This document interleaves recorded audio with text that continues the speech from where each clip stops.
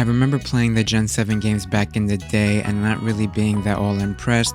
Like these games were Pokemon games that were okay, nothing really like blew my mind or anything like that. And it's hard to believe that this was almost 8 years ago. So today we're going to be revisiting Ultra Sun, which I guess would be the definitive Gen 7 experience. And I gotta say, like, I really enjoyed playing through them and revisiting them again. One thing I'll note is I really appreciate how Alola has its own Pokemon League story, how they're kind of in the process of building it, and I think that was really cool and unique. But that's not the reason we're going to be looking at Ultra Sun today. Here are 5 things I think Alola did right and reasons why you should play these games if you haven't already. Maybe revisit them if you've already played them. And of course, a few suggestions from me on how it could be a little bit better. So without further ado, let's begin. Alolan forms were always such a cool concept to me.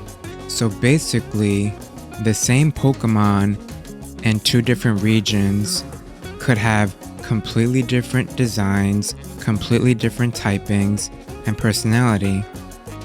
It's almost like we witnessed the birth of a Pokemon multiverse where all of our favorite Pokemon can have completely different versions of themselves depending on the region, which was always so cool to me because I'm a big fan of like multiverse stuff in the comics. Like I love seeing a whole bunch of different versions of Batman and Spider-Man, whatever have you. It's always cool to see new interpretations of beloved characters to me.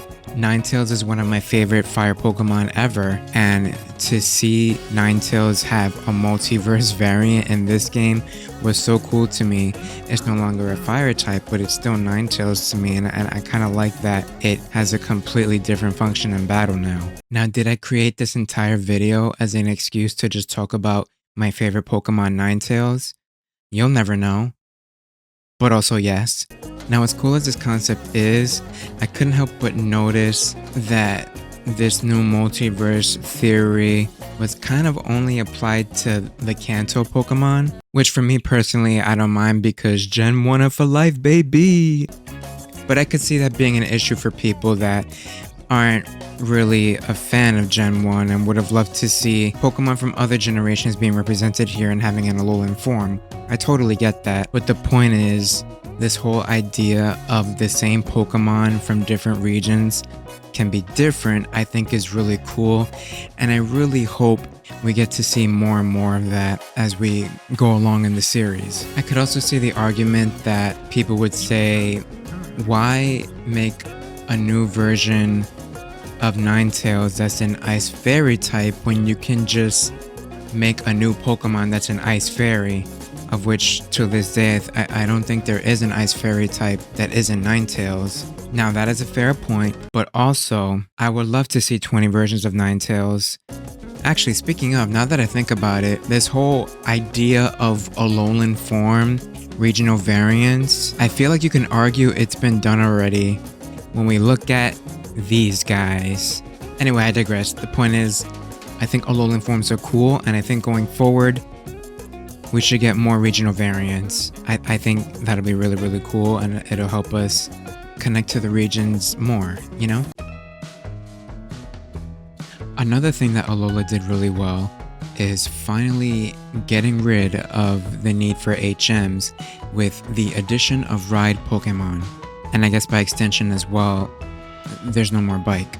Now this is a really cool thing because HMs, historically, I feel, have been some of the most annoying things to deal with in Pokemon, especially when you're trying to build a team with good moves and you always have to worry about adding somebody to your squad that has the right HMs, or you have to sacrifice some of your good moves on some of your good Pokemon for HMs. It was a very annoying time.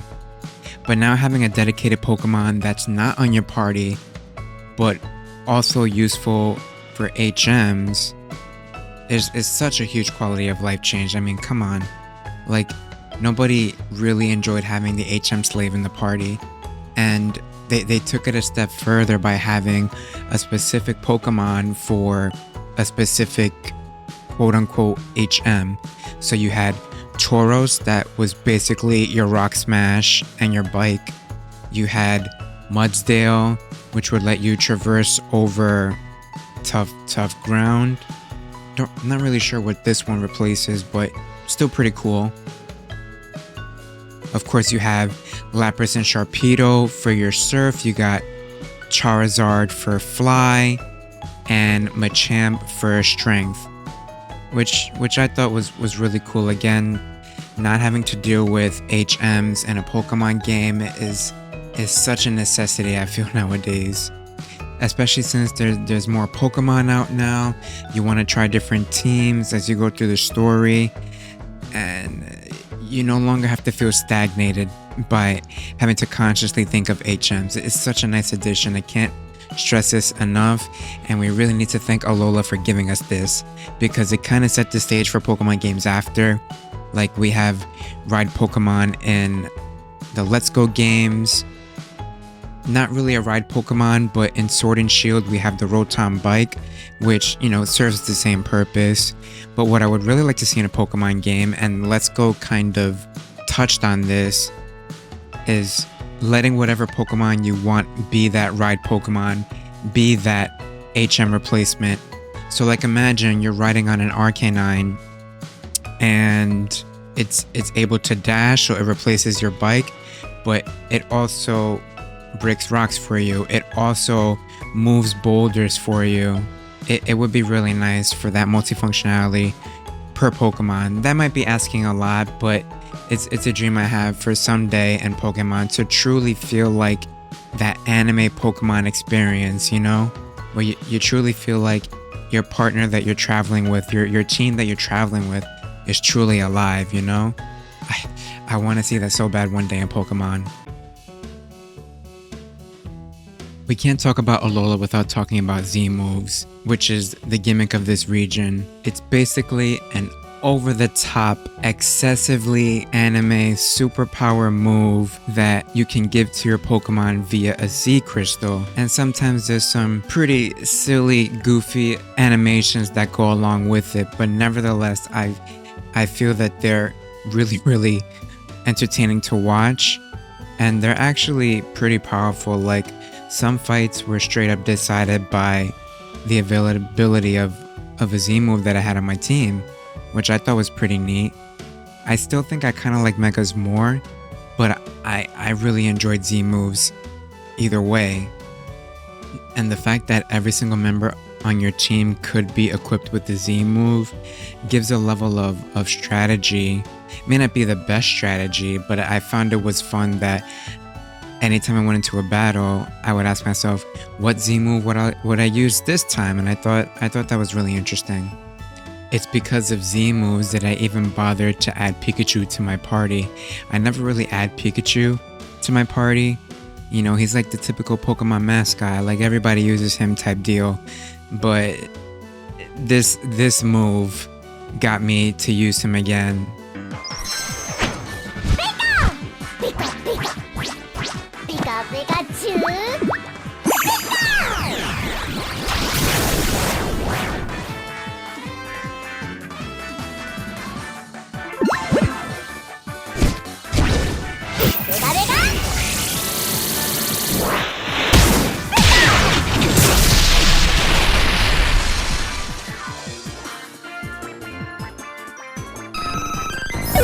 It's been really cool seeing some of the different animations that Game Freak came up with in regards to these moves. It kind of reminds me of the Gigantamax moves, like they're from Sword and Shield, where they're like so over the top, but somehow the Z moves feel more over the top, They feel more anime. Which of the gimmicks from the recent gens did you like the most? What I think these games do the best out of any generation, and feel free to correct me in the comments below, are cameos. Now, there are references and cameos in other games, but not quite like this one. And I feel it strongly has to do with the fact that Alola is a vacation spot. It's a spot that people like to come visit, whether it's to see the sights or just to have a vacation. And because of that, the in-lore reason of there being so much cameos is Alola's kind of the place to go when you want to relax. And I find that to be really, really cool. So because of that, the chances of you meeting characters from other regions are just way higher than any other region. And I feel like it's done the best here. It just is. Some of the characters that I remember we run into we have Dexio and Cena from the Kalos region. The professor's assistants are best pals.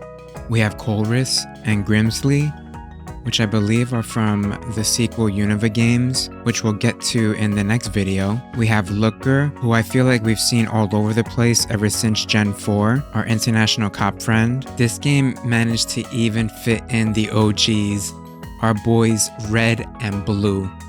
There's probably more characters, but to add on to that, throughout the entire region, there's NPCs talking about different regions like all over constantly, and it's so nice that it kind of immerses you into the world even more with the mention of all these different regions, especially if some of them are your favorites. Hearing something that you recognize is like, oh, I know that place, I know what they're talking about, and that just makes the experience all the more enjoyable in my opinion. Another cameo that really stands out in this game we'll get to in the next part of the video, and that starts right now. The postgame in Alola I feel is pretty consistent with the other titles that are generally praised for having a bunch of content. I don't think it's any different here. You can go complete your Pokédex, go after the Guardians of Alola, go after the legendaries, go after the Ultra Beasts. You've got your battle tree. You can play with your Pokemon in the refresh. You can do the Festival Plaza, which I totally ignored the entire game. These games are definitely not lacking in content, but the part that I want to focus on is definitely the post-game story having to do with Rainbow Rocket. The amount of cameo appearances plus all the nostalgia baiting just makes for a really, really enjoyable post-game story in my opinion. You got the OG villain, Giovanni, and his usual team of grunts and their wacky dialogue and quirks, battling us with some insane rearrangements of the original Team Rocket battle theme.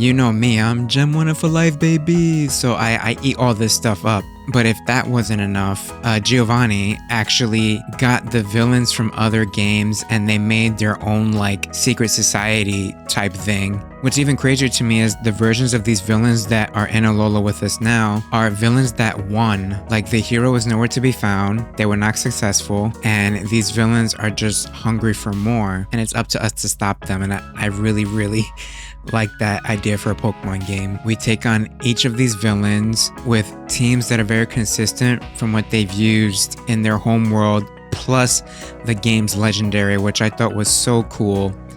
Having to battle the Team Aqua leader using a Kyogre, I thought that was so cool. I'm still gushing over it now thinking about it. That was a really cool post game. I kind of wish I could play it again. And they each had new arrangements of their theme songs from their games too. So just the nostalgia was all over the place and I was losing my mind. Really losing my mind. I don't know if anyone else felt this way or maybe it doesn't mean much to some people, but I was completely blown away. I think of the games that we've played so far on the channel, that's got to be my favorite post game by a long shot. Now, I hear good things about Black and White 2's post game. I hear a lot of people say something about a Pokemon World Tournament, but we'll get there. I'm excited. But as of right now, as it stands, this post game takes the cake for me. And not to say that the other one sucked, because I really enjoy Sword and Shield's DLC and the post game, and I really enjoyed, albeit brief, the post game that was in X and Y. It was a really nice story that came together well, but this one, man, for me personally, it's leaps and bounds over what we just played. I'm gonna stop gushing over it now. Which games in this series had your favorite post game?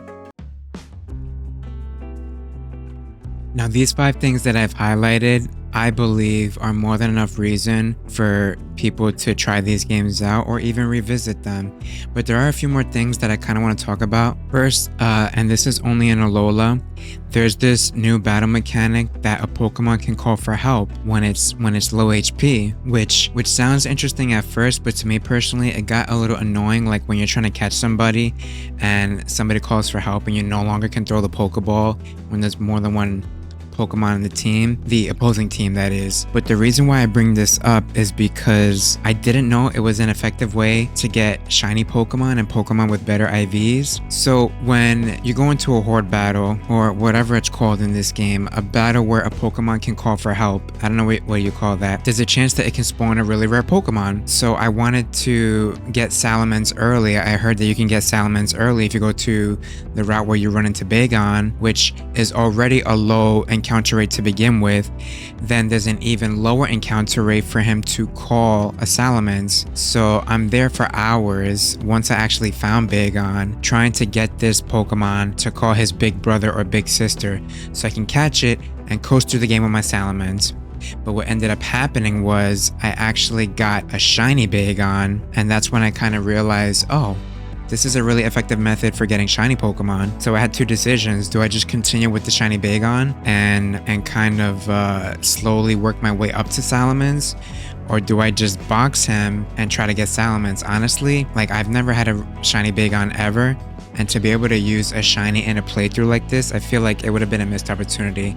So that's what I did. I decided to keep him on the team. And he's like one of the only few dragons that learns a fire move naturally. Of course, I could be missing a few, like there's a lot of dragons now, but I always like Salamence for that reason. So he's the perfect addition to the Fire Master team. What I also really liked in Alola is once you become champion, you don't go through the same motions as you do in other regions when you fight the Elite Four and champion again. You actually have to defend your title here, which I think is such a neat concept. You'll beat the Elite Four again, which I guess you have to constantly prove that you are champion. But once you do that, somebody else has a chance to challenge you for the title. And I find that so cool that you're just chilling on the chair and a random trainer that has beaten the Elite Four will come challenge you. And some of the trainers that could fight you are pretty cool. I just thought that was such a cool concept, and I think it should return in following Pokemon titles, because it kind of doesn't make any sense that once you're champion, you keep facing the champion over and over again. Unless, of course, it's now retconned that the champion has to constantly prove his or herself by beating the Elite Four again and then fighting you again for that title, and is the only person strong enough to do so. But they wouldn't retcon something like that, right? Anyway, I digress. The point is, I think that was a really cool concept. Lastly, what I want to talk about, and I feel like you can't not talk about it when you talk about Alola, is the Necrozma fight. You know the one. You know the one. Ultra Necrozma time and time again would just one-shot my team. Like, it's bad enough that it's already 10 levels higher than you to begin with, but then it gets the totem boost. Like, bro, are you out of your mind? There was no gradual progression to prepare you for this point. Like, the fight before this was a cakewalk, and then all of a sudden you're here and it's like, it's secret boss strong, in my opinion. Like, it's the hardest fight in the game. No other fight compares to this fight. Unless you look at it with the perspective of it's kind of a puzzle, which is what I did. I ended up teaching my Marowak Endeavor and giving it a Focus Sash. So I would have the chance to lower its HP. Then once Marowak was down, I would send out my Talonflame and just quick attack to finish it off. But that felt so unsatisfying, you know? The other option would have been to overly grind and be way too strong, not just for Necrozma, but for the rest of the game, because since it's the strongest thing in the game, if you overtrain for that, nothing else in the game would stand against you. Not that it was a hard game to begin with, but it just seems like that was a serious balancing issue, you know what I'm saying? So I don't know what to feel about it, but I definitely wanted to talk about it because it's something that people complain about. I don't think it was necessarily difficult, but I also think it wasn't really a fight either. It was more of a puzzle. Like, how can we figure out how to take him down versus how do I win the fight? I don't know. It makes sense in my head. It's just, to me, a really weird fight no matter how you look at it, because no matter what method you choose to win, it doesn't feel fun or satisfying. Like, in concept, I like the idea of this all-powerful, basically godlike creature wanting to take all the light from the world and we have to stop him, but how they executed it, I don't think it was the best. I don't know, what do you guys think about that fight? What was your strat in taking it down? Did you struggle? Am I just going crazy? Am I losing my mind? I really wanted to bring this up because I feel like it's one of those moments that will forever be remembered in Pokemon history. That badly programmed fight, in my opinion. Like, it was a tough fight, but it wasn't fun. Like, I know people like a challenge. I myself like a challenge, you know, that's why I like to do fire runs. That one just hit different and not in a good way, you know? Also, really quick, why does How have a following Pokemon and we don't? But yeah, I think that's all I wanted to share about Alola. Thank you guys so much for watching. Let me know in the comments below, what did you think about it? Did you like Alola? Did you not like it? Do you agree or disagree with whatever I said in the video? Please let me know. The next video I'm working on will be focused on the region of Unova, so definitely like and subscribe so you don't miss it. I feel like it's gonna be a big one because it's gonna be hard to talk about Black and White and not Black and White 2. I haven't decided yet if it's gonna be one big video or two separate videos. But yeah, that's all I got for you today. Peace.